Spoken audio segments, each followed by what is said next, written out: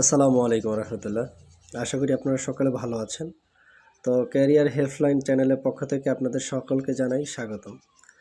যারা এখনও অবধি আমাদের চ্যানেলটি সাবস্ক্রাইব করেননি, অতি দ্রুত সাবস্ক্রাইব করে বেল বাটনটি অন করে রাখবেন। চাকরির বিজ্ঞপ্তি, চাকরির প্রস্তুতি এবং জাতীয় বিশ্ববিদ্যালয়ের সকল আপডেট আমরা খুব দ্রুতই পাওয়া মাত্রই আমাদের চ্যানেলে দিয়ে থাকি। এখন আসি মূল ভিডিওতে। গতকালকে থেকেই দেখা যাচ্ছে যে প্রাইমারি প্রধান শিক্ষক পদের পরীক্ষার অ্যাডমিট কার্ড পাবলিশ করা হয়েছে, ওয়েবসাইটে গিয়ে ডাউনলোড করা যাচ্ছে। তো এখন আপনারা আসলে জানতে চেয়েছেন যে ভাই পরীক্ষাটি কবে হবে।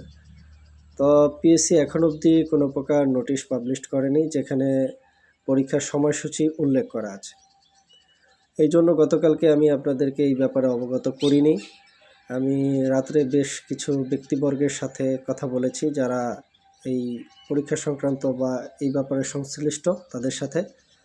তো কথা বলে যতটুকু জানতে পারলাম, আপনাদের পরীক্ষাটা হয়তো মার্চ মাসের 13 তারিখ অনুষ্ঠিত হবে ইনশাআল্লাহ। তো এই ছিল পরীক্ষার ব্যাপারে আপডেট।